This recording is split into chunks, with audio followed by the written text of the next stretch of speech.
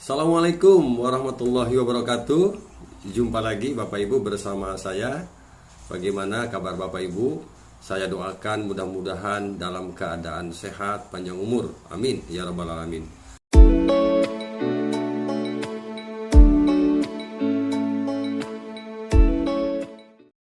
Mohon izin Bapak Ibu, kali ini saya ingin coba berbagi lagi kepada Bapak Ibu terkait bagaimana kita memahami profil pelajar Pancasila yang nanti akan dimuat di dalam kurikulum Merdeka yang insya Allah akan diimplementasikan pada tahun pelajaran 2022-2023. Mari kita coba membahas, sama-sama memahami apa sebenarnya profil pelajar Pancasila yang sekarang sedang digaungkan ya, sedang disosialisasikan kepada seluruh satuan pendidikan. Bapak Ibu, bahwa profil pelajar Pancasila ini ada 6 profil. Yang pertama ini mandiri, kemudian beriman bertakwa kepada Tuhan Yang Maha Esa, kemudian berkebinekaan global, bergotong royong, kreatif, dan bernalar kritis. Jadi ada 6 profil, kita coba satu-satu dikupas ya ke-6 profil ini, sehingga dengan demikian mudah-mudahan kita bisa lebih memahami terkait dengan profil ya pelajar Pancasila. Yang pertama yaitu beriman, bertakwa kepada Tuhan Yang Maha Esa, dan berakhlak mulia. Dimana harapannya adalah pelajar Indonesia yang berakhlak mulia adalah pelajar yang berakhlak dalam hubungannya dengan Tuhan Yang Maha Esa, kemudian ia memahami ajaran agama dan kepercayaannya serta menerapkan pemahaman tersebut dalam kehidupan sehari-hari. Jadi dituntut implementasi dari profil ini ya, dituntut untuk bagaimana mengaktualisasikan dalam kehidupannya baik di keluarga, di masyarakat, begitu Bapak Ibu ya, terkait dengan beriman, bertakwa kepada Tuhan Yang Maha Esa. Elemen kunci beriman, bertakwa kepada Tuhan Yang Maha Esa, dan berakhlak mulia ini ada 5 poin. Pertama, akhlak beragama, kemudian akhlak pribadi, akhlak kepada manusia, akhlak kepada alam, dan akhlak bernegara. Nah, ini tentu diharapkan Bapak Ibu di dalam penyampaian materi pembelajaran terutama kepada teman-teman guru ini tentu mesti mengaitkan, mengintegrasikan gitu Bapak Ibu ya, kepada seluruh mata pelajaran kaitannya dengan ketakwaan kepada Tuhan Yang Maha Esa, kemudian bagaimana mewujudkan akhlak mulia yang terhadap peserta didik kita. Kemudian yang kedua adalah berkebinekaan global, di mana pelajar Indonesia mempertahankan budaya luhur, kemudian lokalitas dan identitasnya, dan tetap berpikiran terbuka dalam berinteraksi dengan budaya lain, sehingga menumbuhkan rasa saling menghargai dan kemungkinan terbentuknya budaya baru yang positif dan tidak bertentangan dengan budaya luhur bangsa.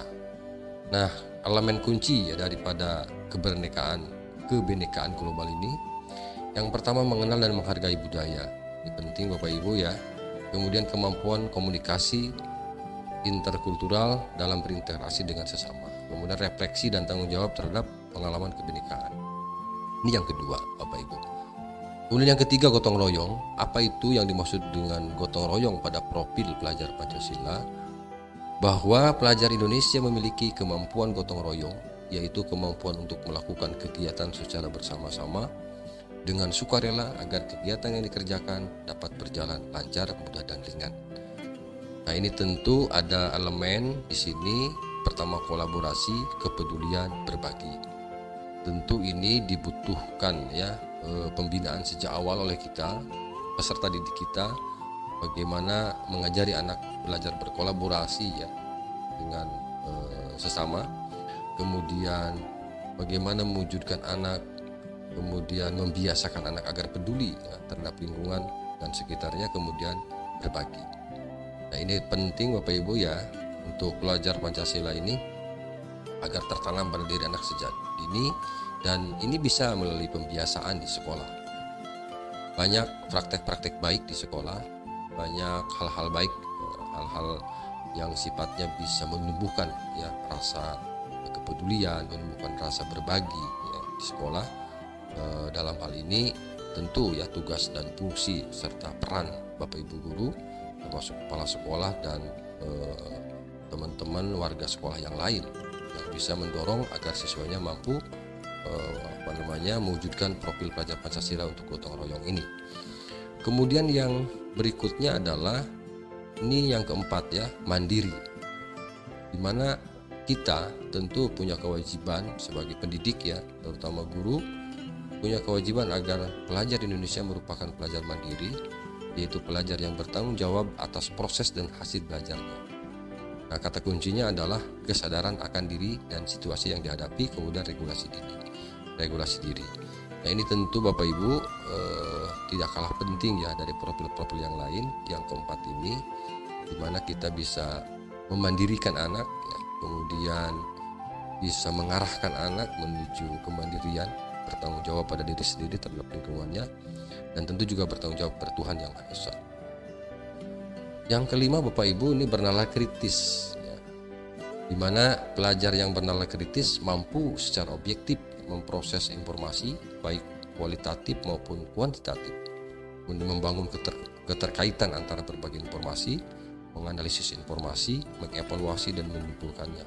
Luar biasa bagaimana Bapak Ibu bisa mewujudkan itu, terutama dalam proses pembelajaran, agar anak mampu bernalar kritis ya, berpikir kritis tetapi yang positif tentu, dan kita mesti dibudayakan ya.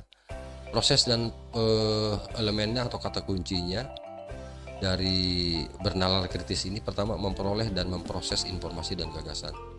Tentu kita menyampaikan kepada peserta didik kita agar informasi yang diterima, informasi yang didapat tentu mesti disaring dulu, kemudian gagasan-gagasan baik mesti disampaikan, ide-ide gagasan-gagasan atau ide-ide yang cemerlang juga mesti kita hargai ya dari peserta didik kita. Kemudian menganalisis dan mengevaluasi penalaran, bagaimana dia menganalisa sebuah gagasan, menganalisa sebuah informasi, sehingga endingnya nanti anak bisa menyimpulkan bahwa informasi ini baik, informasi ini jelek, informasi ini berhak untuk disampaikan, dan informasi ini berhak untuk tidak disampaikan. Nah, ini mesti kita ajari, dan tentu ya menjadi tanggung jawab bersama ya, antara orang tua, kemudian juga pihak sekolah ya, itu berkolaborasi bagaimana sama-sama mendidik anak ketika di rumah, dan teman-teman guru juga bagaimana mendidik anak ketika di sekolah. Kemudian yang keempat ini, kata kunci yang keempat untuk bernalar kritis adalah merefleksi pemikiran dan proses berpikir, kemudian mengambil keputusan. Ini luar biasa Bapak Ibu, ini ada 4 sebenarnya bukan 5 ya. Kemudian yang terakhir ini, profil pelajar Pancasila yang terakhir adalah kreatif ya. Ini mungkin yang agak sulit ditumbuhkan kalau tidak dibiasakan. Jadi proses pembiasaan bagaimana membangun anak agar kreatif ini perlu dibiasakan. Pelajar yang kreatif mampu memodifikasi dan menghasilkan sesuatu yang orisinal, bermakna, bermanfaat, dan berdampak. Orisinal itu asli ya, hasil mungkin kreativitasnya, hasil pemikiran gagasannya yang diwujudkan dalam bentuk kreativitas, dalam bentuk hasil begitu. Kemudian hasil yang diperoleh itu tentu bermakna, paling tidak bagi dirinya juga orang lain. Kemudian kebermanfaatan, seberapa besar hasil kreativitas anak bisa bermanfaat ya. Kemudian seberapa besar dampak yang ditimbulkan dari hasil kreativitasnya.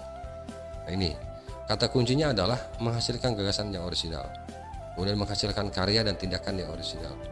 Jadi betul-betul bagaimana kita mendorong siswa, mendorong peserta didik kita agar mampu memiliki gagasan yang asli, yang orisinal ya. Jadi bukan adopsi, bukan plagiat begitu ya, yang betul-betul memang orisinal. Nah, profil pelajar Pancasila ini Bapak Ibu, ini mesti ada dan tercantum nanti di dalam kurikulum Merdeka yang insya Allah akan kita gunakan di tahun pelajaran 2022-2023. Kita coba Bapak Ibu ya, kemudian kita implementasikan, tidak hanya berupa kata-kata, redaksi-redaksi atau deskripsi di dalam kurikulum, tetapi bagaimana kita bisa mengimplementasikannya ya dari profil pelajar Pancasila, dari 6 profil itu terhadap para peserta didik kita. Itu saja barangkali Bapak Ibu yang dapat saya sampaikan. Terima kasih, mudah-mudahan informasi ini bermanfaat. Dan jangan lupa di subscribe bagi teman-teman yang belum subscribe, dan di like, komen, dan di share. Dan jangan lupa Bapak Ibu loncengnya dibunyikan agar Bapak Ibu tidak ketinggalan video-video saya yang terbaru. Dan sekali lagi mudah-mudahan informasi ini bermanfaat. Terima kasih. Assalamualaikum warahmatullahi taala wabarakatuh.